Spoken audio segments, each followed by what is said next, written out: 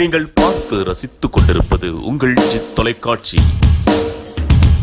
அழகு புலம்பிய உடனே பார்வதி நினைக்கிறா, எப்படி நம்ம அத்தான் திரும்பி வரணும்னா நம்ம என்ன செய்யணும்? இறைவனார் போய் 8 நாளாச்சு, என்ன ஆச்சோ ஏதாச்சோ தெரியல. 7 14 உலகத்திலேயும் இறைவனை தேடி பார்ப்போம் என்று 7 14 உலகத்திலேயே ஆண்டவனை தேடி பார்க்க. எப்படி பார்த்தா ஐயா? கைலாச மலைகள் எல்லாம் கடவுளை தேடி பார்த்தா.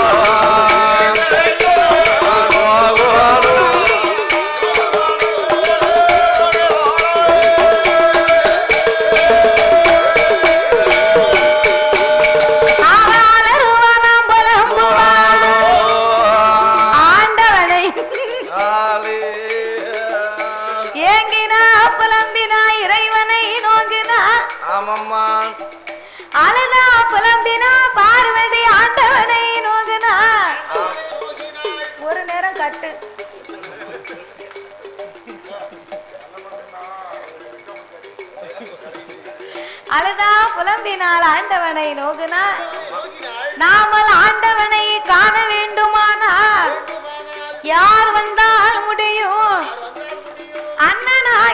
கோபால கண்ணனையே அழைக்க வேணும் என்று அந்த பார்வதா தேவி எப்படி அழைக்கிறா தெரியுமா? அண்ணா அண்ணா கோபாலா அண்ணா அண்ணா கோபாலா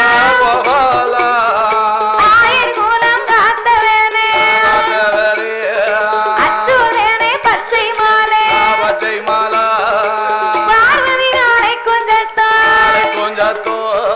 பச்சை மாலை கேட்கலையா ஈஸ்வரி நாளை கொஞ்சத்தோ என் பேருமா கேட்கலையா அலைகளில் பள்ளி கொண்டு அச்சுதனை வாருமையா திருப்பார்கடல் பள்ளி கொண்டு திருமாலை வாருமன்னா சக்தி நானும் அலை கொஞ்சத்தோ என்னை அலை கொஞ்சத்தோ தாமோதரா கேட்கலையா என்னை தாமோதரா கேட்கலையா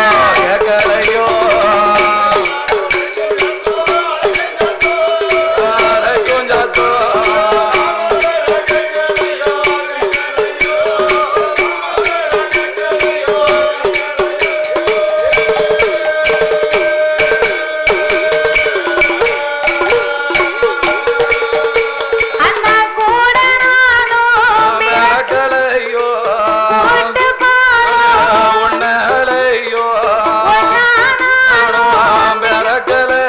என்னை பிறக்க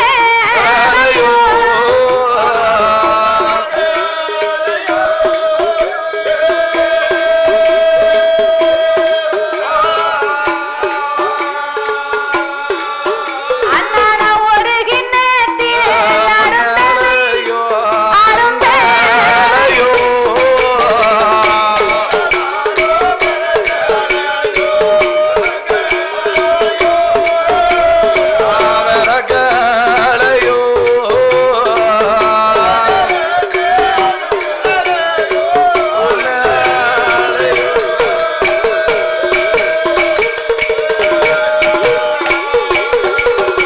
என்று பார்வதியோ அழைத்தவோ அத்தை மாலை ஏவிசை தங்கையோட சத்தம் கேட்டு தாமோதரன் என் பேருமா பச்சை கால் கருடன் ஏறி பரந்தாமன் வாரா கைலாச மலையே அல்ல வீரா எம்மா எம்மா பார்வே பார்வே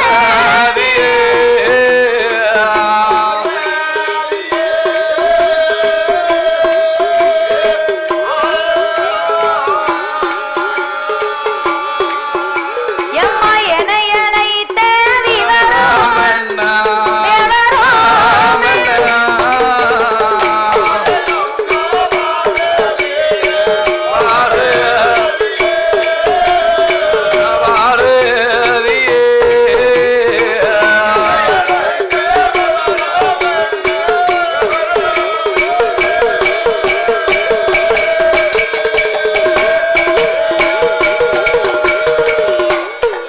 தங்கையே பார்வதி ஏனம்மா என்னை அழைத்தாய் அண்ணனை அழைத்த காரணத்தை சொல்லு. என் அண்ணா கோபால கண்ணா அத்தான் போய் 8 நாளாகி விட்டது. அவர் என்ன ஆனாரோ எனக்கே தெரியலையா அண்ணா அப்படின்னு பார்வதி கண்ணீரை வடிக்கா. அச்சம் இல்லாத அரக்கனுக்கு ஆண்டவன் அதிக வரங்களை கொடுத்து விட்டு 8 நாளாகி விட்டது, இன்னமும் திரும்பி வர காணவில்லை. அத்தானுக்கு ஏதாவது அழிவு வந்திருக்குமோ அண்ணா? நீந்தான் போய் அத்தானை கூப்பிட்டு கைலாசத்துக்கு வரணும். நான் போகணுமா? நான் போகணும்னு சொன்னா நீ பார்வதி இப்படி கவலைப்படக்கூடாது அண்ணா. ஆண்டவன் 8 நாளைக்குள்ள கைலாசத்துக்கு திரும்பி வரலையானா உன் தங்கையாகப்பட்ட நான் பார்வதா தேவி மாவிளப்பேன், பூவிளப்பேன், மஞ்சள் குழி நான் மறப்பேன், பூ மறப்பேன், பொட்டிறப்பேன், என் பூமா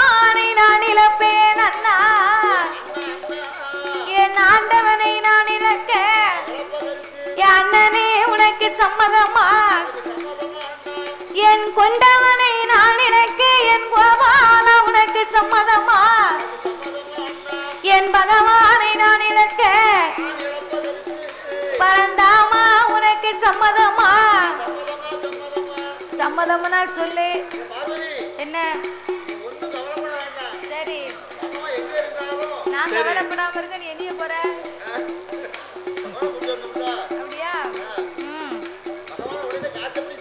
ஏ பார்வதி கவலைப்படாத கல்யாணம் பண்ணி கொடுத்தனே உங்க அண்ணே உன்னை நல்லா வச்சு காப்பாத்தலன்னு வையே அவர் உச்சி குடும்பிய பிடிச்சு நான் இப்ப கூட்டிக்கிட்டு வரேன் தூக்கிட்டு வர போறியா மேல கை பட்டுச்சு உன்னை சும்மா விட மாட்டேன் அத்தான அன்பா கைலாசத்துக்கு கூட்டிக்கிட்டு வா அப்படின்னு சொன்ன உடனே ஆட்டு வண்டி சம்மதித்து அந்த என் பெருமான் கோபால கண்ணன் பார்வதிக்கு ஆட்சி தேய்ச்சி ஆறுதலை சொல்லி அவளை கைலாசத்திலே அமர வைத்து விட்டு கண்ணபுரான் பகவானை தேட வேணும் என்று இந்த சுரூபத்திலே போனோமையானா எதிரே அரக்க நம்மளை கண்ட இப்பவே எரிச்சிருவான் அதனால வேறு ஒரு சொரூபம் எடுத்து போக வேணும் என்று அந்த இடத்த அவதாரத்தை கண்ணபுரான் இன்றைக்கு எண்ணி பார்த்தார் என்ன வடிவமாகி வருகிறார் தெரியுமா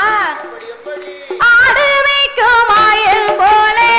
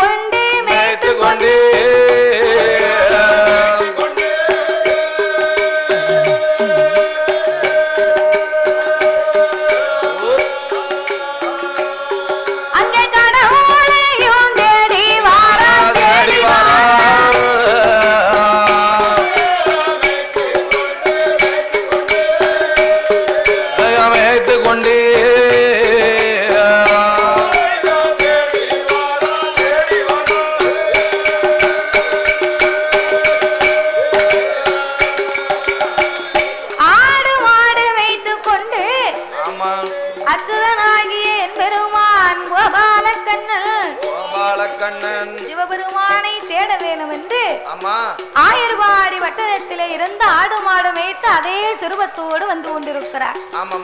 அப்ப வரக்கூடிய வழியிலே கண்ணபுரான் ஒரு நந்தவனம் பூங்காவன தோட்டத்தை கண்டார். இதுவரைக்கும் இந்த பாதையா வந்தோம் போனோம், பாலைவனமா இருந்தது, இன்னைக்கு இப்படி ஒரு சோலைவனமா இருக்குன்னா இது என்னவா இருக்கும் அப்படின்னு ஆடு மாடுகளை நிறுத்தி கன்றுகளுக்கெல்லாம் களைப்பு தீர்வதற்காக கண்ணபுரான் சீங்குழலை எடுத்தார். சீங்குழலை எடுத்து ஆடு மாடுகளுக்கு களைப்பு தீர்வதற்காகவே கீதங்களை வாசிக்க ஆரம்பித்தார். அவர் கீதங்களை வாசிக்க சிவரறி கொப்புக்குள் சிவபெருமானால இருக்க முடியவில்லை. ஏன் இருக்க முடியல? இந்த இசையை கேட்டு அப்படிதான்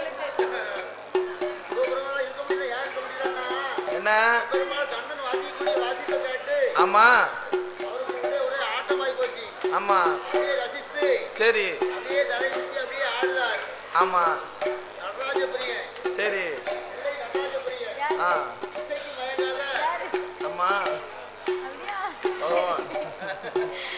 நடன பிரியன் நடராஜ பெருமாள் இசைக்கு மயங்கி தன்னை மறந்து சுதி தவறாமலே ஆடிக்கொண்டிருக்கிறார். சரி. சாமி தித்தி மிதி மிதி மிதி என சிவனமாடவே தித்தி மிதி மிதி மிதி என சிவனமாடவே ஆதி சிவனமாடவே அந்த சிவனிரு கோரளி கொப்பு ஒன்று ஆடவே அந்த சிவனிரு கோரளி கொப்பு ஒன்று ஆடவே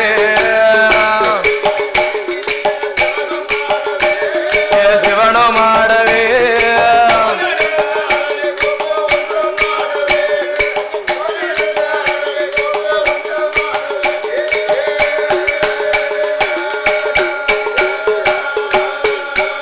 சாமி மத்த கொப்பு ஆடிடாமல் ஒத்த கொப்பதே மத்த கொப்பு ஆடிடாமல் ஒத்த கொப்பவே ஒத்த கொப்பு அது தத்தருகிட தருகிடத்தமன ஆடவே தத்தருகிட தருகிடமன தாளம் போல ஒத்த கொப்பவே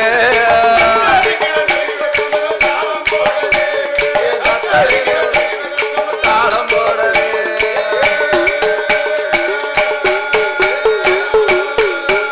அங்கே ஆடும் கொப்பை மாயன் கண்டு ஓடி பாடி ஆடும் கொப்பை மாயன் கண்டு ஓடி பார்க்கவே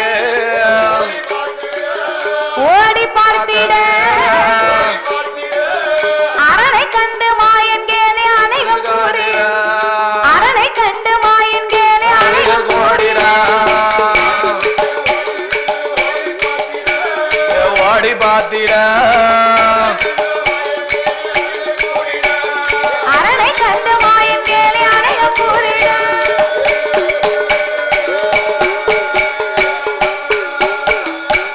எல்லா கொப்பும் சும்மா நிக்கி ஆமா இந்த செவ்வரளி கொப்புக்கு மட்டுக்கு என்னையா வந்திருக்கு அப்படி ஒரு ஒருவேளை உள்ள ஆண்டவன் சிவன் ஒளிந்திருப்பாரோ ஒளிஞ்சிருப்பாரோ சரி ஒரு சத்தம் கொடுத்து பாப்போமே ஆமா ஏ அத்தானோ அத்தா ஏ அத்தானோ அத்தான் ஏ மச்சானோ மச்சான் அப்படின்னு 5-6 சத்தம் போட்டு அழைத்த உடனே அப்ப சிவபெருமான் நினைக்காரு அரக்கன் தான் நம்மள அத்தா மச்சாம்னு வெளியே நின்று கூப்பிட்டுக்கிட்டு இருக்கானோ அரக்கன் தான் கூப்பிட்டாலும் கூப்பிட்டுருப்பானோ அப்படின்னு சொல்லி செவ்வரளி கொப்புக்குள்ள இருந்த ஆண்டவை சொல்லுகின்றார் என்ன என்ன அத்தா நன்றி சொல்லாதேடா அத்தா நன்றி சொல்லாதேடா அறிவு கட்ட வல்லரக்கா என்ன மச்சா நன்றி சொல்லாதேடா மானம் கட்ட வல்லரக்கா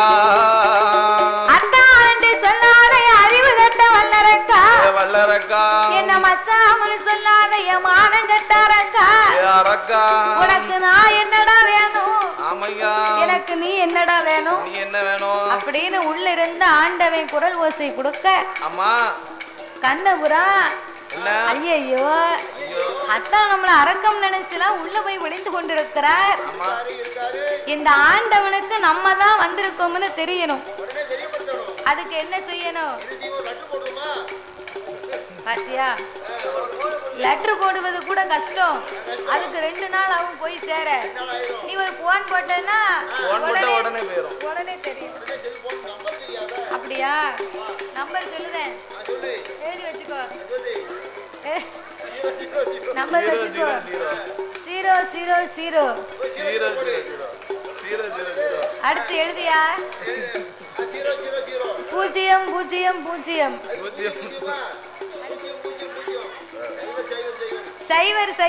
000. அதுக்கு அடுத்து ஒரு முட்டை. போன் போடு. பகவான் கிட்ட சொல்லியா? நீ தானே போன் போட சொன்ன.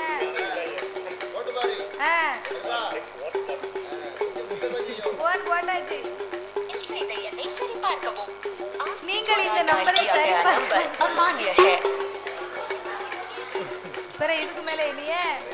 நீ சொன்ன நம்பர் சரி இல்லையா அம்மியா?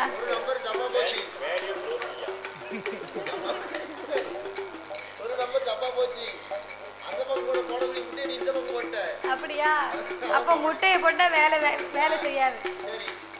இப்போ ஆண்டவை செவரைய கொப்ப விட்டு வெளியே இறங்கி வரணும்னா அன்று செய்த லீலையை இன்னைக்கு நம்ம எடுத்து சொல்லணும். அவர் குட்டை உடைக்கணும், கூடையில அள்ளணும். அப்பதான் ஆண்டவன் வெளியிறங்கி வருவார். அப்படி என்று கண்ணபிரான் கடவுளை பார்த்து கேலி பேசுகின்றார். எத்தா அன்று தில்லை அம்பலத்தில் ஆடி நின்றவா,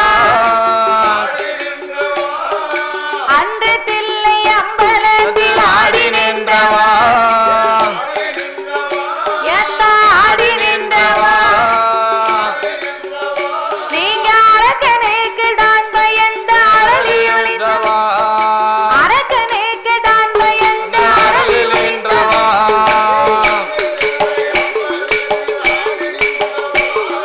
ஆடி நின்றவா,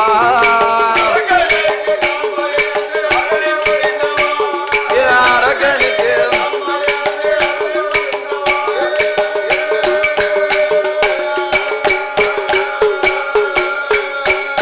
எத்தா கண்டுமானை கரத்தில் ஏந்தி கையில ஆண்டவா, கண்ணன் பேச்சை காதில் கேட்ட அண்ணலாண்டவா,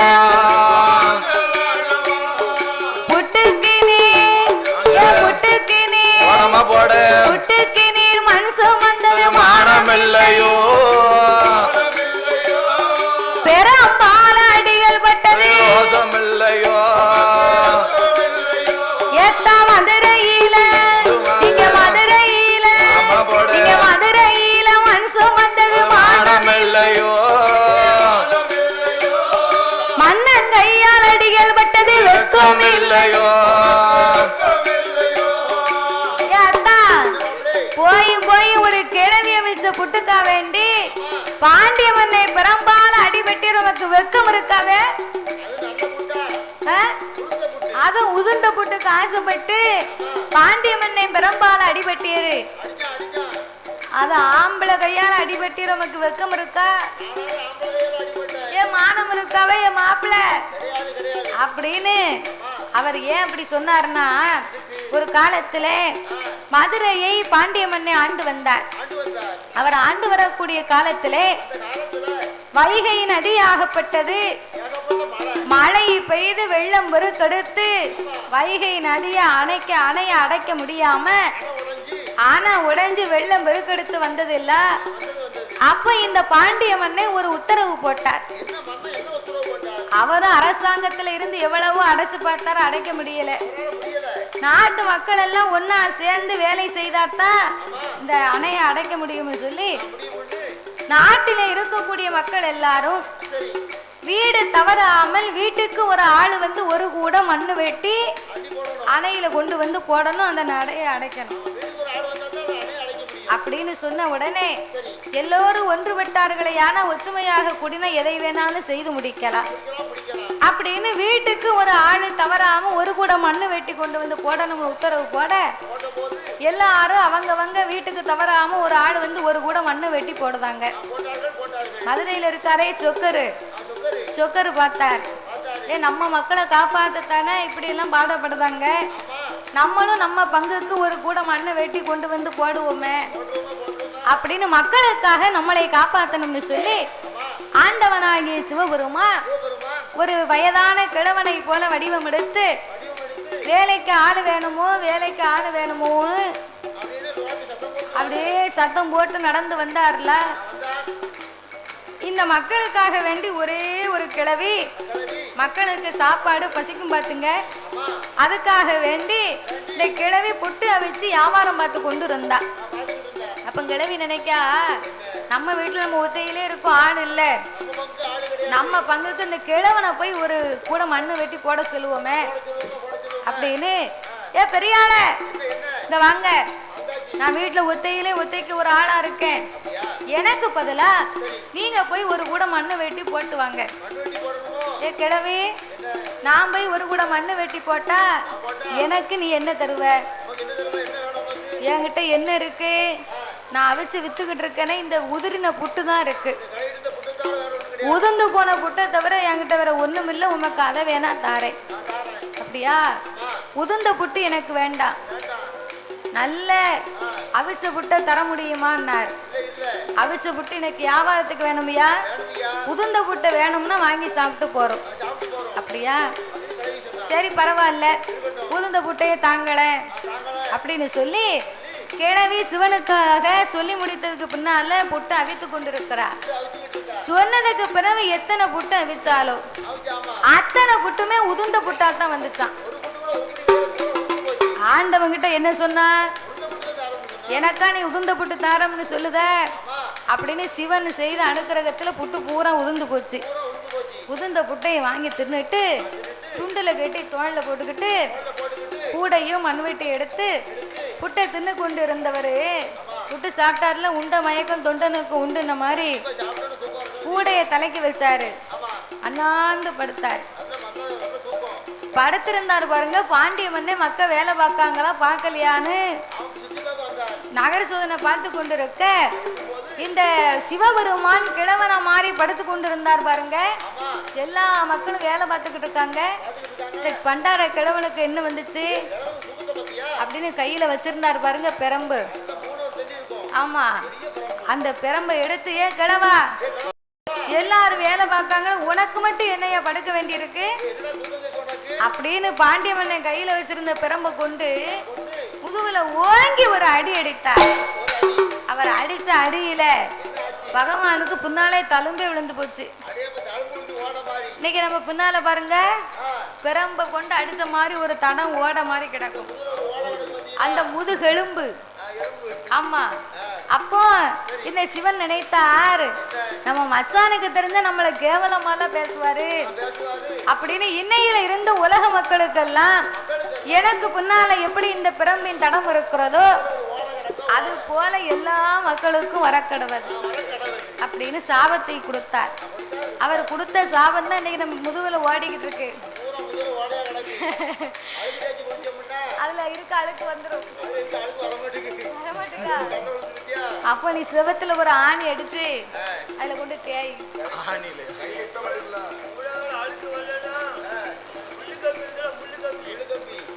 ஆமா, அதுல நல்ல ரத்தமும் சதையுமா வரும்.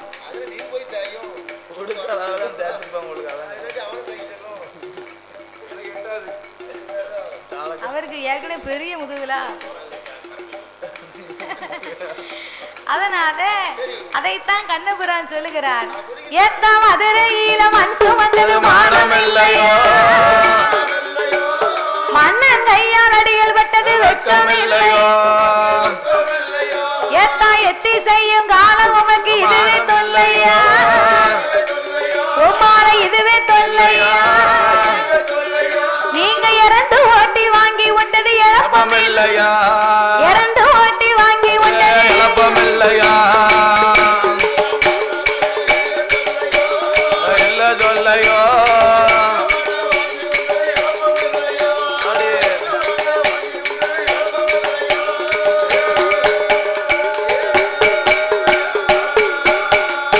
என்ற அச்சுதனாகி என் பெருமான் கோபாலக்கண்ணன் ஆண்டவனை பார்த்து கேலி பேசுகின்றார். அப்பந்தான் ஆண்டவன் பார்த்தார், அரக்கனா இருந்தா நம்ம வரம் கொடுத்தது மட்டும் தானே தெரியும், அத மட்டும் தானே சொல்லுவான், நம்ம செய்த லீலைகள் எதுவும் தெரியாத, அவனுக்கு தெரியாதுல்ல, நம்மளை பத்தி சொல்லணும்னா மாய கண்ணனுக்கு தான் தெரியும், கோபால கண்ணனுக்கு தான் தெரியும். அது மட்டும் இல்லாம அரக்கனா இருந்தா ஒரே கத்தாழ நாத்தம் வரும். அம்மா நாத்தம் வரும்ல, நம்ம மச்சான் வந்தாதான் துளசி வாட வரும். ஆமா, அப்ப செவ்வரளி அப்படின்னு செவ்வரளி கொப்பை விலைக்கு பார்த்தார். கண்ணவுதான் நிற்பதை கண்டார். ஆமா, குளிக்கவே மாட்டான். ஆமா, 12 வருஷமா குளிக்காதனால செண்டு வாங்கி கொடுக்கலாம்ல, செண்டு அப்பம் கிடையாதுல.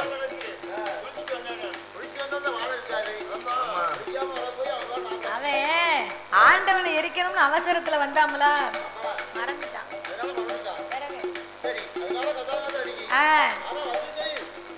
அப்போ என் பெருமானார் வந்திருக்கிறாரோ என்று செவ்வரணிய கொப்பை விட்டு சிவபெருமான் வெளியிறங்கி வந்து பார்க்க, அந்த கண்ணனை பார்த்தவுடனே, மாப்பிள்ள போயும்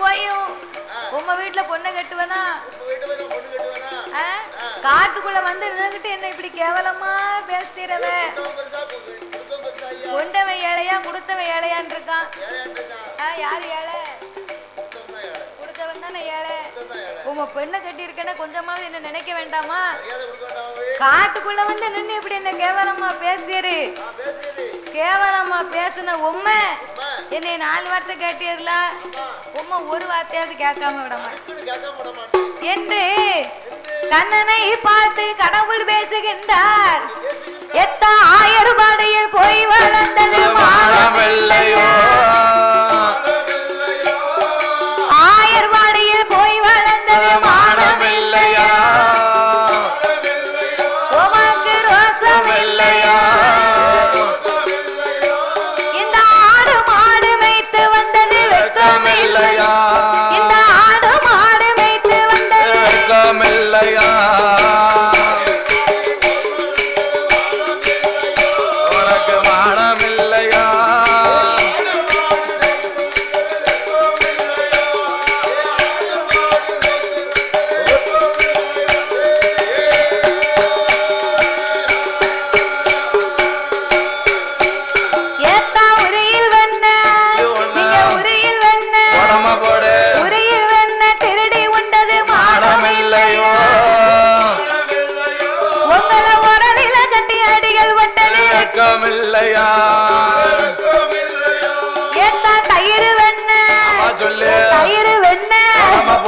தயிர் வெண்ண திருடி உண்டது மானமில்லையா,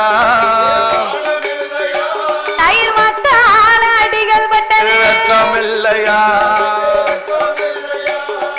ஏ மாப்பிள்ள போருங்க, நானாவது மதுரையில ஆம்பளைக்கு ஆம்பளை பாண்டியம்மன் அடிச்சாரு, ஆம்பளைக்கு ஆம்பளை சரியா போச்சு. நீர் போயும் போயும் கோபீரு பொம்பளை கையால அடிபட்டிரவ, கொஞ்சமாவது வெக்கம் இருக்கா? ஏ மானம் இருக்கா? மானம் கெட்டவர என்ன குடுத்து வைக்கணுமா?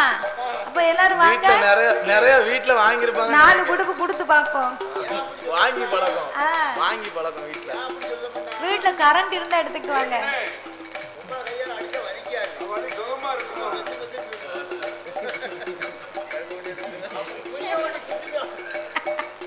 அப்போ உன்னையத்தான் குனிய வச்சு குத்தணும் பாத்துக்கோ.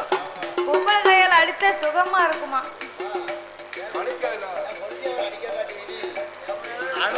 அவருக்கு அடிச்சு அடிச்சு உடம்புல உணரே இல்லாம போச்சு.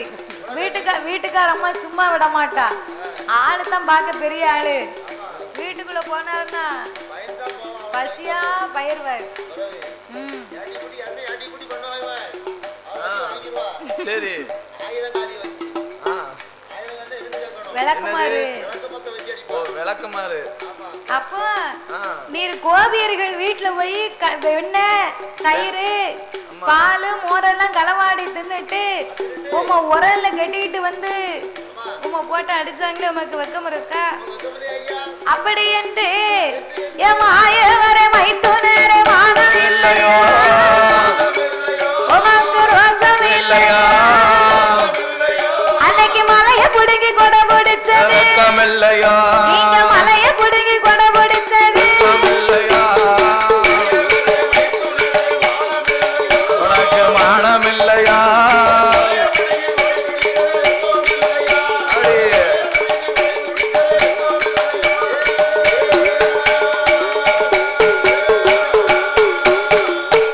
என்ற அச்சுதனை பார்த்த ஆண்டவன் கேலி பேசுகின்றார். அவர் ஏன் அப்படி சொன்னாருன்னா, ஆயர்வாடி பட்டணத்திலே கண்ணன் வந்து பிறப்பதற்கு முன்னால சரி அந்த ஆயர்வாடி பட்டணத்திலே கோபியர்கள் எல்லாம் தன்னுடைய கன்று ஆடு மாடுகளுக்கு மழை பெய்தாத்தான் புலி பார்க்கலாம். மழை பெய்தாத்தான ஆடு மாடுகளுக்கு தீவனத்தை பார்க்க முடியும். அதுக்காக வேண்டி தெய்வேந்திரனுக்காக வருடந்தோறும் பூசை செய்வது வழக்கம். எதுக்கு? ஏன்னா மலைக்கு அதிபதியே தெய்வேந்திரன் தான். அவர் நினைச்சா தானே நமக்கு மழை. அப்ப இந்த தெய்வேந்திரனுக்காகவே இந்திரன் பூஜை செய்வது வழக்கம். ஆனா தன்னை என்னைக்கு ஆயர்வாடி ஆவடி பட்டணத்துல பிறந்தாரோ அன்னையில இருந்து கோபியர்கள் எல்லாம் கண்ணனுக்காகவே பூஜை செய்ய ஆரம்பித்தார்கள். இதை பார்த்த தெய்வேந்திரன் கோபம் கொண்டு இந்த கண்ணனுக்கு வைக்கக்கூடிய பொங்கலை நாம பொங்க விடக்கூடாது அப்படின்னு சொல்லி பூஜையை நடத்த விடக்கூடாதுன்னு மழையும் தண்ணியும் காத்து மழையுமா ஏவிட்டான். காத்து மழையுமா ஏவின உடனே இந்த கண்ணன் பார்த்தார், கோபியர்கள் நமக்காக வேண்டிலாம் இந்த பொங்கல் வைக்கிறாங்க, பூஜை பண்ணுகிறாங்க, இந்த பொங்கலை நம்ம வம்பா வைக்கிற கூடாது அப்படின்னு சொல்லி கண்ணபுரான் தன்னுடைய சீங்குழலால மலையவே பிடுங்கி கொடையா பிடிச்சு நின்னாராம். மலையா புடுங்கி கண்ணபுரான் கொடையா பிடிச்சு நின்னார்ல, அப்ப நிக்கும் போது தர தர தர தரன்னு வேகுது பாரு இந்த பொங்கல். அந்த பொங்கல் மணத்தை பார்த்தா பச்சரிசி பொங்கல் பாலா மணக்கு. அது வெந்து வேகாம இருந்ததுல கண்ணை அதை பார்த்து ஆசையில தன்னுடைய கையால எடுத்து சூடா அப்படியே வாயில போட்டாராம்.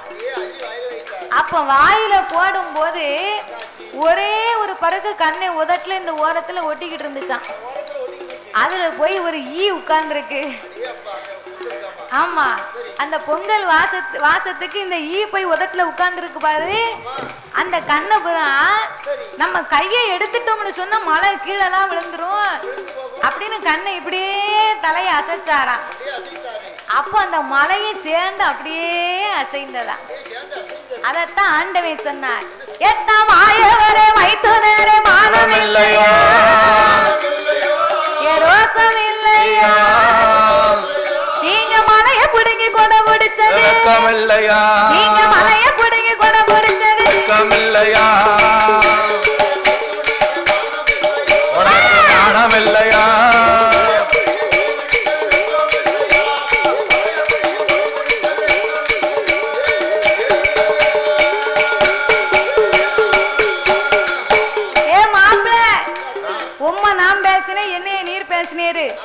உமக்கு எமக்கும் சரியா போச்சு. நம்ம ரெண்டு பேரும் நின்று பேசிக்கிட்டே இருந்தோம்னு வையும், அரக்கம் முன்னாலே வந்து நம்மள ரெண்டு பேரும் எரிச்சிட்டு போயிருவாமியா. அதனால நீங்க தான் போய் அரக்கனையும் அதை முடிக்க வேண்டும். நாம் போகணுமா? நாம் போனா என் ஆடு மாடை யாரையா மேய்ப்பா? நீர் மாடு மேய்க்க போறீரா? நீ மாடு மேய்க்க கூட லாய்க்கு இல்லையா மாப்பிள்ள? இல்ல இல்ல இல்ல, உம்மை நம்பி நான் மாட்டை ஒப்படைப்பேன். பக்கத்துல சந்தை எங்கேயா இருக்கு? நயினாரம் சந்தையில போய் நீ வித்துட்டு வந்துருவ. அதனால அங்க உம்மை நம்பி ஒப்படைக்க முடியாது. நான் எப்படி அரக்கனை வதை முடிக்க? சரி, மாடை ஒப்படைச்சிட்டு போறேன். நான் மாட்டை ஒப்படைச்சிட்டு போறேன்னு சொன்னா 1000 கன்றுகள் நின்று கொண்டு இருக்கிறது. 1000 கன்று நான் திரும்பி வரும்போது 1001 நிக்கணும். அப்படி இல்ல அப்படி இல்ல மச்சான், அந்த மயில காலை இப்போ செனையா இருக்கு. நான் வரதுக்குள்ள அது குட்டி போட்டுரும். அது ஈனுன உடனே அதை சேர்த்து அதை பத்திரமா பாத்துக்கிட்டு நில்லும். நான் போயிட்டு அரக்கனை வத முடிச்சுட்டு வரேன். சரி, ஆமா 1001. சரி, என்ற ஆடு மாடுகளை ஒப்படைத்து அந்த அச்சுதன் கோபாலன் என்ன சொல்லுகின்றார்? ஆட்டுக்காரவே மச்சான் கொஞ்சம் பாத்துக்காரோ, மாட்டுக்காரவே மச்சான் மாட்ட கொஞ்சம் பாத்துக்காரோ, காட்டு பச்சை பயிர் இருக்கு காவல்காரன் காத்து நிக்கா, காட்டு பச்சை பயிர் இருக்கு காவல்காரன் காத்து நிக்கா, பரிசங்கட்ட பால் பசுவே பயத்தமைய பாக்குதையா, மாட்டுக்காரவே மச்சான் மாட்ட கொஞ்சம் பாத்துக்காரோ,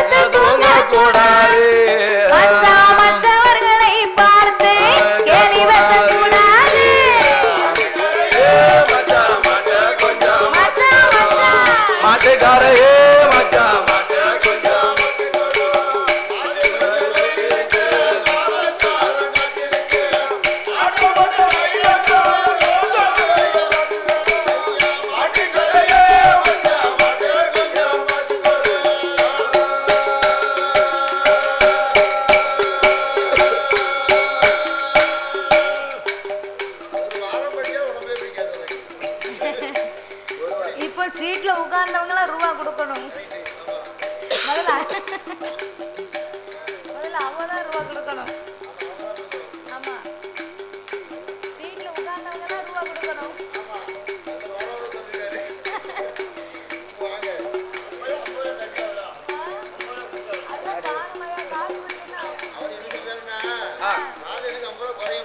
அப்படியா? சரிதானே.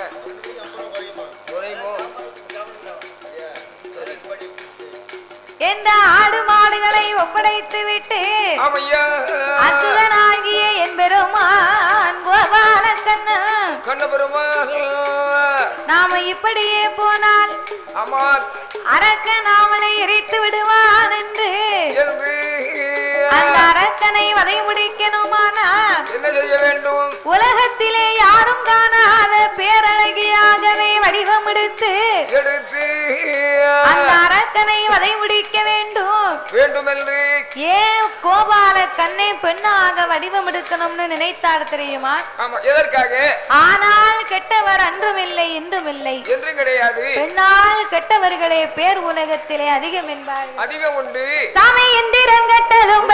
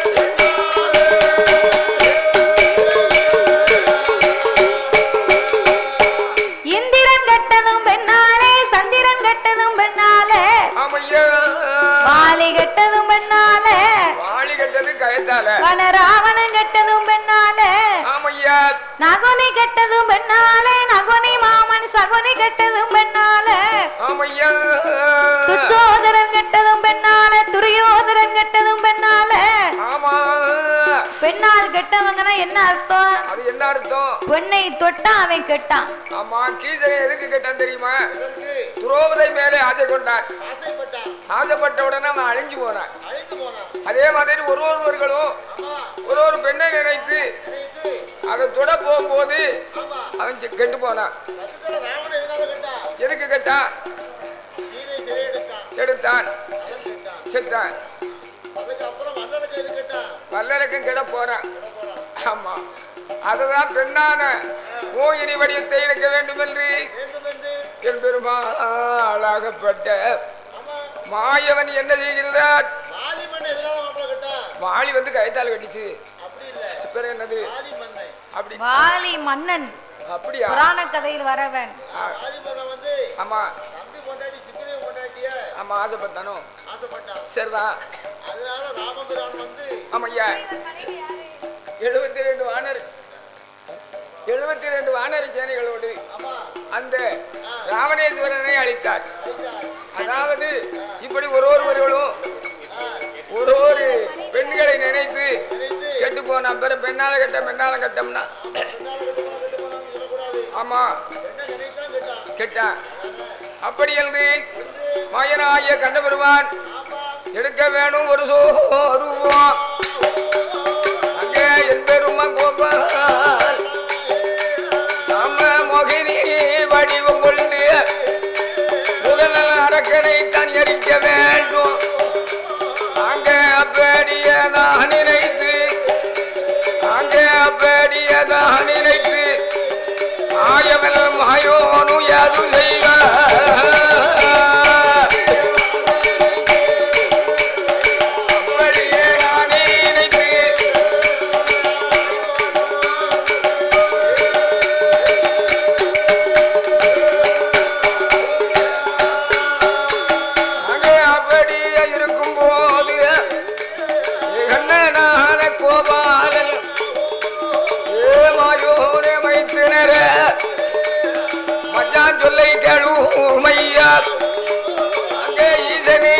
புகழ் பெற்றிய என் பெருமா கோபாலன் அவன் எடுக்க வேண்டும் அன்பமது எடுக்க வேண்டும் சொருவமது அந்த என் பெருமா கோபாலன்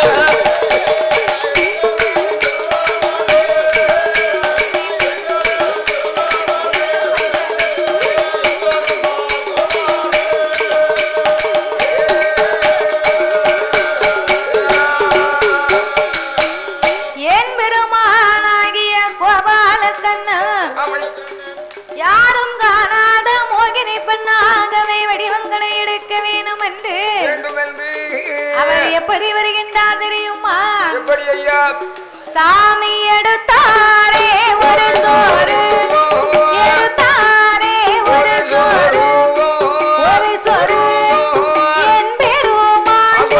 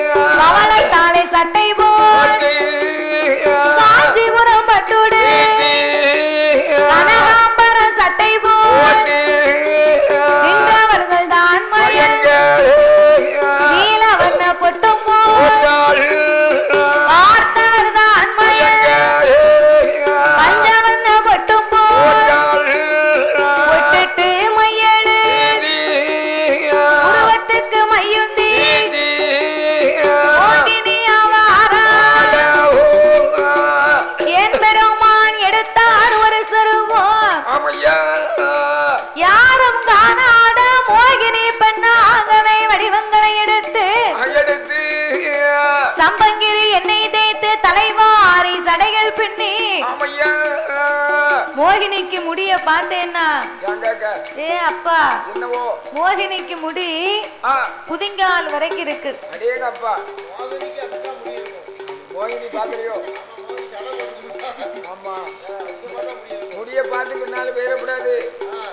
முடிய பார்த்து பட்டு சேலை கட்டி இருக்கா, தலையில பூ வச்சிருக்கா, பொட்டு வச்சிருக்கான்னு பின்னால போனேன்னு வைகி, ரோட்ல எந்த பெண்ணும் போறான்னு சாமம் போல அவ பின்னால போன அவ போய் புளிய மரத்தை சுத்துவா. பிற விடிய காலம் புளிய மரத்துலதான் தொங்கணும், தொங்க விட்டு போயிருவா. அது நீயா தொங்க மாட்ட, அவளா தொங்க வச்சிருவா.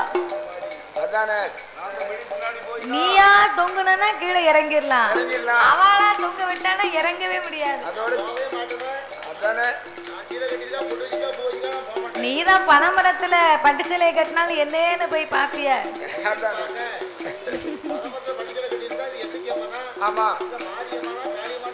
யோக்கிய வர செம்பத்திக்கு உள்ளவை நானா காளியம்மா பகலையில இருக்க மாட்டுக்கா, பகலையில சாமியை பார்க்க முடியல, மத்தியானம் போய் பார்க்க முடியல, சாமம் போல பட்டு சேலை மின்னுதுன்னு போய் பார்த்தாராம். பனைமரத்துல பாவடையை கட்டினாலும் பாஞ்சு போய் பார்ப்பீரையா நீரு? அப்படியா? அதுல மாடை இருக்காரா, சுடல் இருக்காரா, இல்ல ஒத்தப்பனடி மாடசாமி இருக்காரா? சரி சரிதான் கும்பிடலாம் முடியாதுல்ல, அதான் கூட தெரியாம சாமி ஆட முடியாதுல்ல. ஆமா என்ன சாமின்னு பார்த்தா தான் சொல்ல முடியும். அப்ப இந்த மோகினி அத மாதிரி உச்சியில இருந்து உள்ளாங்கால் வரையிலேயும் தங்கத்தினாலே தன்னை அலங்காரம் செய்து கொண்டு தன்னழகு காணாது இன்னும் நாம தங்க நகைகளை அள்ளி போட வேணும் என்று அந்த மோகினி இன்னும் என்ன அழகாக வருகிறான் தெரியுமா? எப்படி ஐயா? தங்கத்தினால் செய்த பணி தாழ் வேடமா முத்து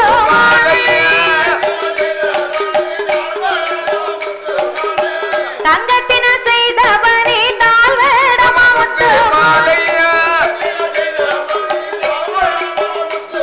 அவன் தங்கரமும் பொன் வளையல மாட்டினா தங்க மோதிரத்தை விரலில் போட்டு நீட்டினாள் தங்க மோதிரத்தை விரலில் போட்டு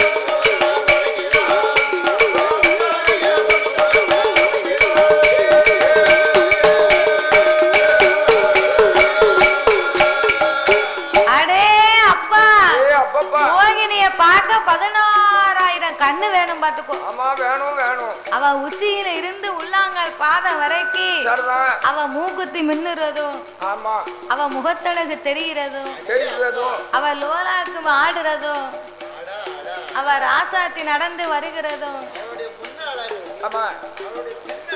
அழகோ அழகோ அழகோ இடையழகோ அதுதானே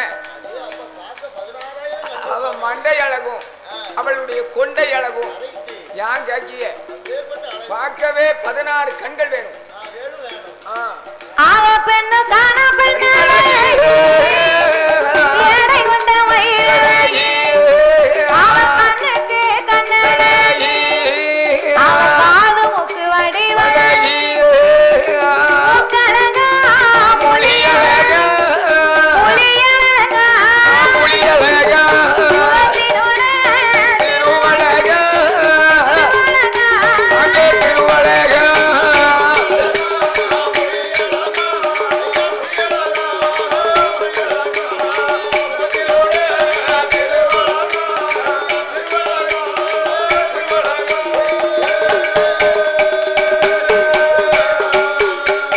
அவ மூக்கழகா மொழியழகா மோகினி முகத்தினுட திருவழகா முன்னழகம் பின்னழகா முன்னழகை கண்டவே அவள மோகம் கொள்வார 1000 பேர் அவள் பின்னழகை கண்டவே அவள பின்தொடர்வார 1000 பேர் முன்னழகை கண்டவர்கள் மோகம் கொள்வார் 1000 பேர் ஆமா பின்னழகை கண்டவர்கள் பின்தொடர்வார் 1000 பேர் ஆமையா அப்பேற்பட்ட பேரழகியாகவே வடிவத்தை எடுத்து எடுத்து அந்த மோகினி பெண் கொடியா என்ன செய்கிறாள்? அவ எப்படி நடந்து வருகிறா தெரியுமா? எப்படி ஐயா? அவ அன்னம் போல நடை நடந்து ஆசார கைகள் வீசி அவ செல்லமாக நடை நடந்து அவ சிங்கார கைகள் வீசி ஆறார மோகினியா அன்னம் போல நடை நடந்து அலிக்கு மெல்ல நடை நடந்து அவ ஆனந்தமா வாரா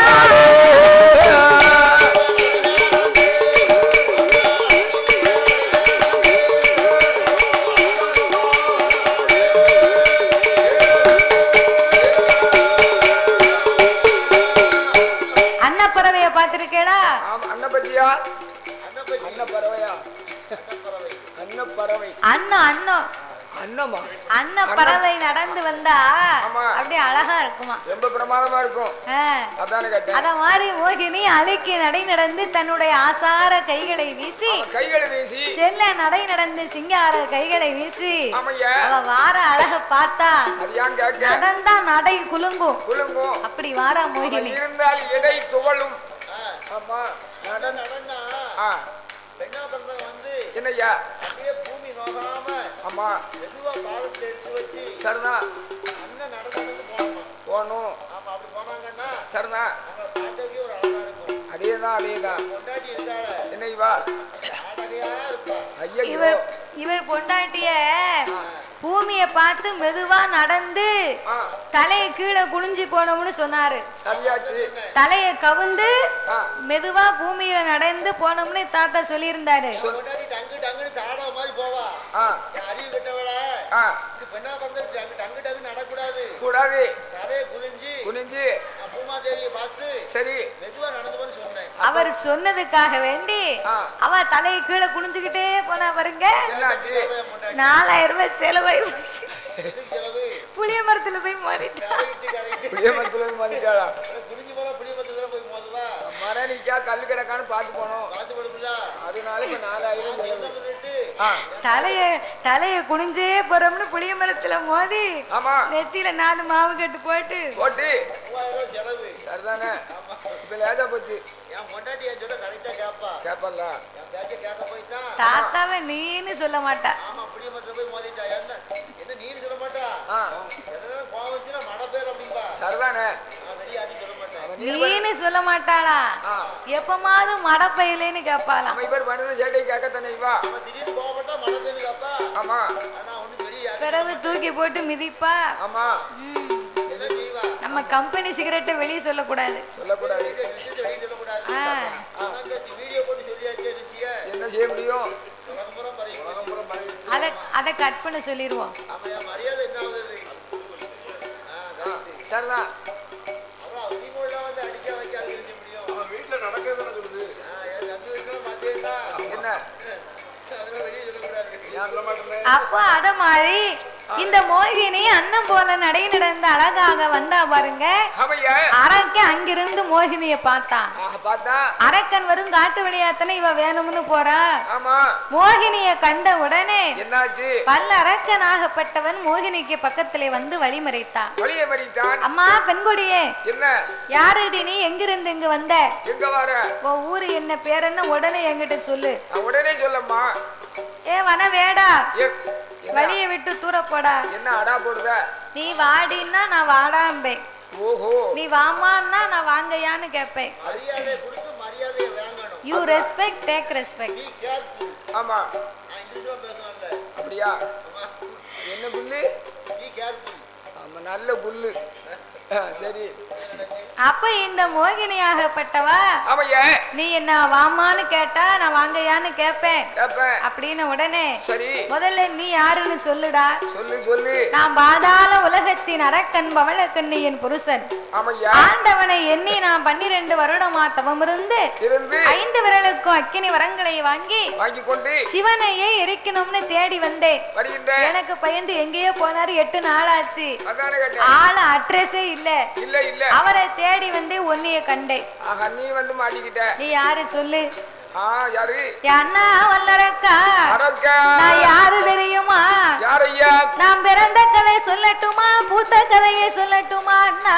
அண்ணா நான் வாழ்ந்த கதையை சொல்லட்டுமா, ஆமையா வாக்கப்பட்டு போன கதையை சொல்லட்டுமா அண்ணா வல்லரக்கா? நான் பட்ட கதையை சொல்லட்டுமா, ஏ பழைய கதையை சொல்லட்டுமா? ஏ மோகினி, என்னம்மா? நீ பிறந்ததுல இருந்து இப்ப வரைக்கும் உள்ள எல்லா கதையுமே என்கிட்ட சொல்லு விவரத்தை சொல்லம்மா. அப்படின்னு உடனே சரி அந்த மோகினியா என்ன சொல்லுகிறாள் தெரியுமா? என்ன சொல்லுகின்றா? அண்ணா அண்ணா வல்லரக்கா, அண்ணா அண்ணா வல்லரக்கா, பிறந்ததுதான் மலையாளம் தன்னதே. எங்க அப்பா மலையரசன், மலையரசன் என்பவர்க்கு பிறந்தவா 8 பேர் பெண்ணா பிறந்திரு. அண்ணா வல்லரக்கா, நான் பிறந்தது மலையாள தேசம். தேசமப்பா மலையாள தேசத்திலே எங்க அப்பா பேரு மலையரசன். மலையரசன் மலையரசன் என்பவருக்கும் காஞ்சனா மாலைக்கும் காஞ்சனா மாலைக்கும் நாங்க மொத்தம் 8 பெண் குழந்தைகள். 8 பேரு. எங்க அப்பா 7 பிள்ளைகளையுமே பெரிய ஸ்தலத்திலே கைபிடித்து கொடுத்தார். எந்த ஸ்தலம் எல்லாம்? என்னைய மூத்த எங்க அக்கா, மூத்த எங்க அக்கா தில்லை மாநகரத்தில் சிதம்பரநாதருக்கு எத்தக்கா சிவகாமிய கொடுத்து. இரண்டாவது அக்கா திருவண்ணாமலையடில் அண்ணாமலைநாதருக்கு உண்ணாமலைய கொடுத்திரு. மூணாவது அக்கா மதுரை வாழு சொக்கருக்கு மீனாட்சிய கொடுத்திரு. நாலாவது அக்கா அண்ணா அண்ணா வல்லரக்கா. நாலாவது அக்கா சங்கரங்கோவிலே மூலவாசங்கருக்கு ஆவண கோமதிய கொடுத்திருக்கு. ஐந்தாவது அக்கா நம்ம திருநெல்வேலி டவுனடி நெல்லையப்ப சாஸ்திரி காந்திமதிய கொடுத்திரு. ஆறாவது அக்கா பாவநாசன் தன்னதி பாவநாத பெரியோருக்கு உலகம் மாலை கொடுத்திருக்கும். ஏழாவது அக்கா உச்சாலன் தன்னதிலே உச்சாலநாதருக்கு உச்சாலநாதருக்கு ஒளிய வர கொடுத்திருக்கும். உச்சாலநாதருக்கு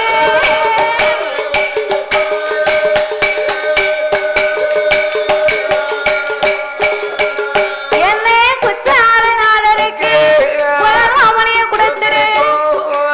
நான் தான் 8வது பிறந்த மகா. உன்னை பார்க்கும் போதே தெரியுது. எட்டி பார்த்த இடமெல்லாம் கட்டம் மண்ணு. கூட்டிய ஜோறு. கட்டம் 5 பிறந்தாலே ஆண்டின்னு சொல்றாங்களே. ஆமா உங்க அப்பா 8 பிள்ளைய பெற்றிருக்காரு. உங்க அப்பன் பெரியாரு தானே? எங்க அப்பா 8 பெண் குழந்தைகள்னு எங்க மேல என்னைக்கும் கோவப்பட்டதே கிடையாது. அப்படியா? எங்க அப்பா எங்க 8 பேரையுமே ரொம்ப செல்லமா வளர்த்தாரு. வளர்த்தாரு. நான் 8வது பிறந்தோம்னு என் மேல கூடுதலா கொஞ்சம் பாசம். உன் மேல கொஞ்சம் அதிகமான பாசம் தான். ஆமா.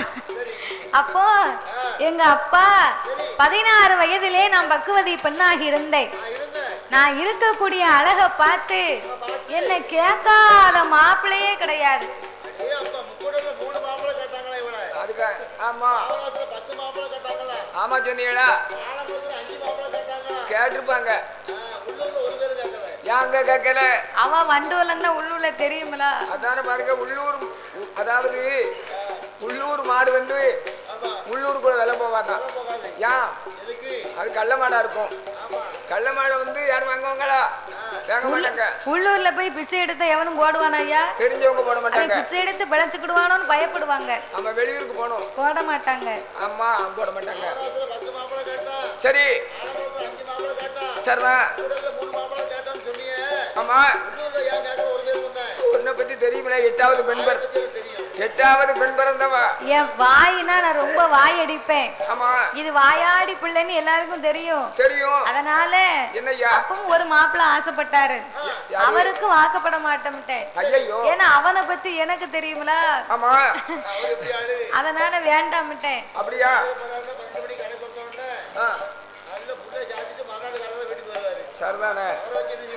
அதனால நான் மாப்பிள்ளை வேணுமானா எல்லா மாப்பிள்ளையும் நேர்ல பார்க்கணும்னு சொன்னேன். எங்க அப்பா எனக்காக சேமுரம் வைத்திருந்தார். மதுரை சொக்கனும் அழைப்பு கொடுத்த எல்லாருமே வந்து உட்கார்ந்து இருந்தாங்க. அழைப்பே கொடுக்காம மதுரை சொக்கனும் கூட்டத்தோட கூட்டமா குள்ள மனசே உட்கார்ந்து இருக்காரு. எதுக்கு? என் மேல அவருக்கு 2ஆம் தரமா ஒரு ஆசை. சொக்கனுக்கு சட்டி அளவு, சொக்கம் பொண்டாட்டிக்கு பட்டி அளவு என்பாரு. ஆமா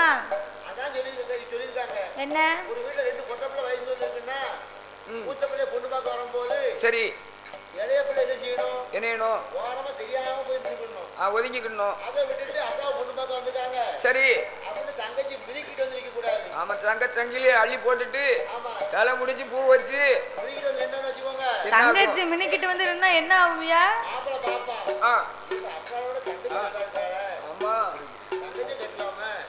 மாப்பிள்ள இப்படி பார்த்தாமல இப்ப மாமியாரையும் ஓரமாத்தான் உட்கார சொல்லணும். ஆமா நீ சொல்லுது சிறுக்கு அப்படித்தான். உனக்கு தங்கச்சி மட்டுமா மூக்கு முழியுமா இருக்கா? எல்லாருக்கும் மூக்கு இருக்கு, முழி இருக்கு. தங்கச்சி ஓரமா உட்கார்ந்து சொல்லக்கூடாதியா? மாப்பிள்ளை பாக்காரு, மாப்பிள்ளை பாக்கறதுக்கு மண்டையில அறி வேணும். நமக்கு எந்த பொண்ணை சொன்னாங்க, நம்ம எந்த பொண்ணை பார்த்தோம் அப்படின்னு மனசுக்குள்ள கண்ணிய வேணும், கட்டுப்பாடு வேணும். கட்டுப்பாடு இருந்தாலும் அழக கண்ட உடனே மனுஷனுக்கு இதே கொஞ்சம் அலபாயத்தான் செய்யும். அலை பாஞ்சிச்சுன்னா பாயும் அதை கண்ட்ரோல் பண்ணணும். அலை பாஞ்சிச்சுன்னா அலை என்னன்னு தெரியுமா? அலைய தூர விரட்டணும். ஆமா சரி. அதனால மதுரை சொக்கனும் கூட்டத்தோட கூட்டமா குள்ள மனசே உட்கார்ந்திருந்தார். எங்க அப்பா என் கையில மாலையை கொடுத்து எரிய சொன்னாரு. நீ என்ன செய்தம்மா? நான் மாலையை வாங்கி சரி கூட்டத்துல மாலையை சுழட்டி எரிஞ்சேன். சுழட்டி எரிஞ்ச மாலை சொக்கன் கழுத்துல போய் விழுந்துட்டு கோட்டையிலே பிறந்தால் எனக்கு கோட்டை விதி தப்பாது. அன்று எழுதினதை யாராலும் அழைத்தெழுத முடியாது. மதுரை சொக்கனுக்கு நான் 2ஆம் தரமா வாக்கப்பட்டு போனேன். என்னாச்சு? நான் வாக்கப்பட்டு போனேன். சொக்க நேரம் உள்ள போயிட்டாரு. கல்யாணம் முடிச்சாரு. என்ன கூட்டு போனாரா? கையில கூட்டு போலாம்ல. 4 வாசல்ல எனக்கு எந்த பக்கம் போனோம்னே தெரியல. நான் நினைச்சேன் ஒருவேளை உள்ள போயிட்டு ஆரத்தி எடுக்க ஆள் அனுப்புவார் உலக்கு அப்படின்னு வெளியே நின்னேன். நினைச்சுக்கிட்டு இருந்தேன். அங்க யாரு வந்தா தெரியுமா? யார் ஐயா? பச்சை நிறத்தோடு, பச்சை ஆடையோடு, பச்சை கிளியோடு எங்க அக்கா மீனாட்சி அங்கிருந்து வந்தார். என்ன தங்கையாக நினைத்தாளா இல்ல என்ன உடப்பிறந்தான்னு நினைத்தாளா? அது கிடையாது. அவ என்ன கேட்டா தெரியுமா? யாரடியோ சக்கரத்தே, யாரடியோ சக்கரத்தே, எங்கிருந்து இங்கு வந்தாள், தடைய பிடிக்க சந்திக்கு இழுத்தாள், முடிய பிடிக்க முத்துக்கு இழுத்தாள். சக்கரத்தி போராட்டம், சக்கரத்தி என்ன சகல பேருக்கு கொண்டாட்டம்.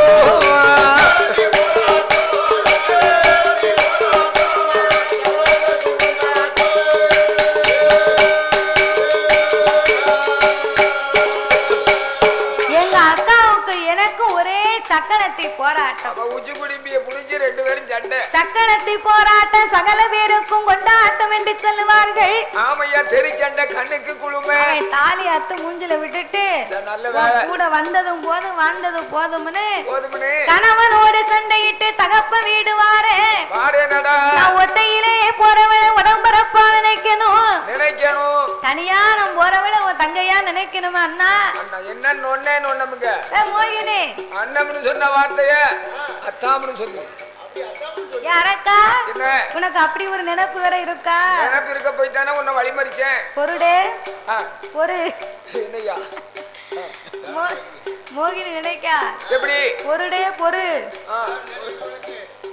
உன்னை தீ வைக்கத்தானே இவ்வளவு வேலையும் பார்த்துக்கிட்டு இருக்கேன். சரி அப்படின்னு மோகினி மனசுல நினைத்து கொண்டு ஏன் அடக்கா நான் உனக்கு 2ஆம் தரமா வாக்கப்பட்டு வரணும்னு சொன்னா நீ எனக்கு ஒரு சத்தியம் செய்து கொடுக்கணும். ஒரு சத்தியம் என்ன? 1000 சத்தியம் பண்ணலாம். உன் வீட்டுல உன் மனைவி ஒருத்தி இருக்கா. நல்ல கெதியா இருக்கா? ஆமா நல்லா இருக்கா.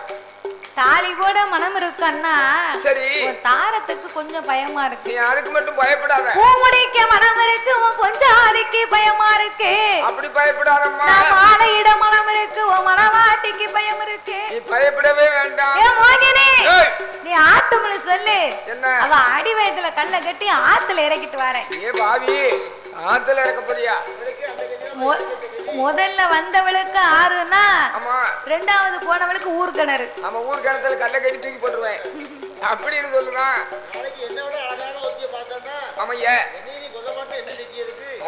அப்படின்னு மனசுல நினைத்து கொண்டு நான் உனக்கு 2ஆம் தரமா வாக்கப்பட்டு வரணும்னா மூத்த மனைவியை பார்க்க மாட்டேன். ஒருபடி அன்னம் வாங்கி உண்ண மாட்டேன். எனக்கு ஒரு நாளும் துரோகம் செய்ய மாட்டேன் என்று அலைகடலிலே முங்கி 3 முங்கு போட்டு என் முன்னால் வந்து நின்று முண்டு விரலை எடுத்து உன் சிரசையே 3 முறை சுத்தி நடு தொண்டையிலே வைத்து சத்தியம் பண்ணினா நான் உனக்கு மனைவியாக வருகிறேன் என்றார். பெண்ணை கண்டான் தன்னை மறந்தான் மங்கையை கண்டான் மது குடித்த வண்டாக சுழண்ட வல்லரக்கன் ஆயகளை படித்து அறிவிழந்து போன புராணங்களை படித்து புத்தி இழந்தான் வல்லரக்கன். அவன் பெண்ணாக எண்ணினா என் பெருமாளா என்னவில்லை கன்னியாக எண்ணினா வாய கண்ணனாக எண்ணாத வல்லரக்கன் அலைகடலே ஓடி வந்து அவன் முக்குவானா நிமிருவானா மோகினியா முன்னாலே என் முண்டு நல்ல விரல் எடுத்து அவன் சிரசனைத்தான் சுத்துவானா என் தொண்டையிலே வைப்பானாய். அவன் தொண்டையில வைத்த போது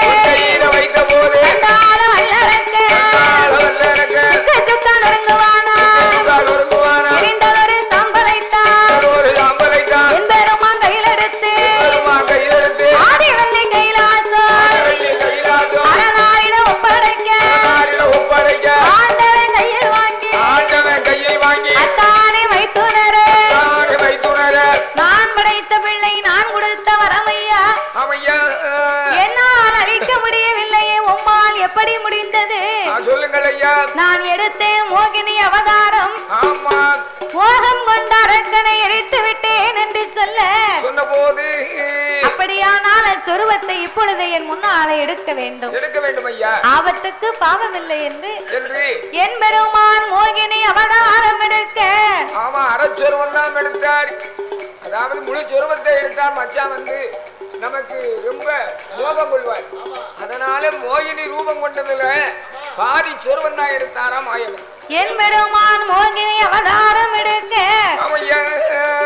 இறைவனுக்கு மோகம் தாங்காமல் மோகலிஸ்தை ஒழுக பூமியிலே விழுந்தால் பூமி தாங்காது என்று என் பெருமான் இருகரத்தினால் ஏந்த சோதிமணி விளக்கு ஒளிர்வு போல்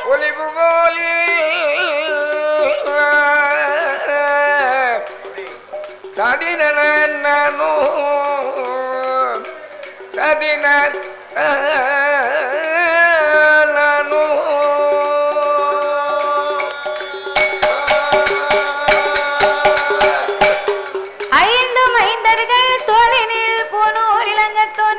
விளங்க தோன்றி மேதினில் அரிக்கும் சிவனுக்கும் அறிகிற புத்திரனாக ஆமையா தருமன் ஞான சாஸ்தாக்கு யார் யாரெல்லாம் வந்து பிறந்தார்கள். யார் யாரெல்லாம் சாஸ்தா பிறந்ததோ பங்குனி மாதம் புதன்கிழமை உத்திர நட்சத்திர தந்து பிறந்தார். பிறந்தார். அவர் பிறந்த கிரகம் என்ன தெரியுமா? என்ன கிரகம்?